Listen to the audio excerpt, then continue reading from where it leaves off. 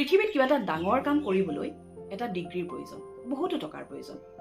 আপোনালোকেও যদি এনেদৰে ভাবি আছে তেনেহ'লে আহক মই আজি আপোনালোকক চিনাকি কৰাই দিছোঁ এনে এগৰাকী ব্যক্তিৰ সৈতে যাৰ হাতত আছিল মাথো এটা ফুটবল, কিন্তু সপোন আছিল হাজাৰ হাজাৰ ল'ৰা ছোৱালীৰ জীৱন সলনি কৰাৰ।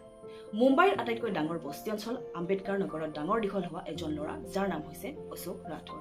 বস্তিৰ সৰু সৰু ল'ৰা ছোৱালীবোৰে কেনেদৰে মদ ড্ৰাগছ যোৱাৰ আড্ডাত নিজৰ জীৱন ধ্বংস কৰি পেলাইছিল তেওঁ নিজ চকুৰে দেখা পাইছিল। কিন্তু তেওঁ বুজি উঠিছিল যে এইসকল ল'ৰা ছোৱালীক স্কুললৈ নিয়াটো বা পঢ়াশালীলৈ পঠিওৱাটো ইমান সহজ নাছিল, আৰু সেয়েহে এটা তেওঁ বুদ্ধি কৰিলে, সেইটো হৈছে ফুটবল। তেখেতে কি কৰিলে, বস্তিৰ 18টা ল'ৰা গোটাই তেওঁলোকক খেলিবলৈ দিলে, কিন্তু এটা চৰ্ত ৰাখিলে যে ন' স্কুল ন' ফুটবল, মানে যিসকলে স্কুল নাযায় তেওঁলোকে ফুটবল খেলিব নোৱাৰে। আৰু নিচাসক্ত এই ল'ৰা ছোৱালীবোৰে ফুটবল খেলাৰ চখতে তেওঁলোকে হাতত কিতাপ তুলি ল'লে আৰু পঢ়াশালীলৈ যোৱা আৰম্ভ কৰিলে।